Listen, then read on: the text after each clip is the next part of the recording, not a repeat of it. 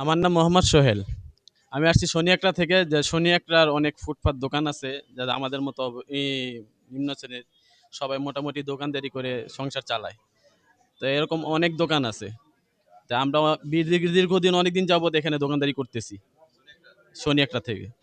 তো রাস্তার পাশে যেমন আছে, এমনি রাস্তা ছাড়াও কিছু কিছু জায়গা আছে যেগুলো আপনার কোনো ফুটপাত ফুটপাতের ভিতরেও না, ফুটপাতের একটু বাইরেই।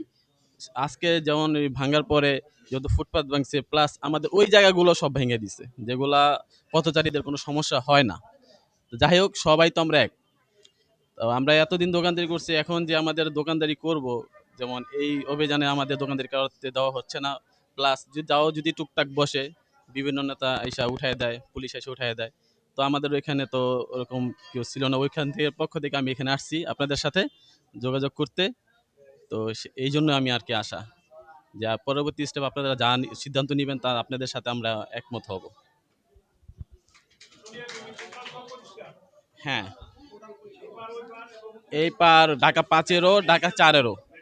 আপনার ঢাকা 5-এর ওই পাশেও ক্লিয়ার, এই পাশেও ক্লিয়ার।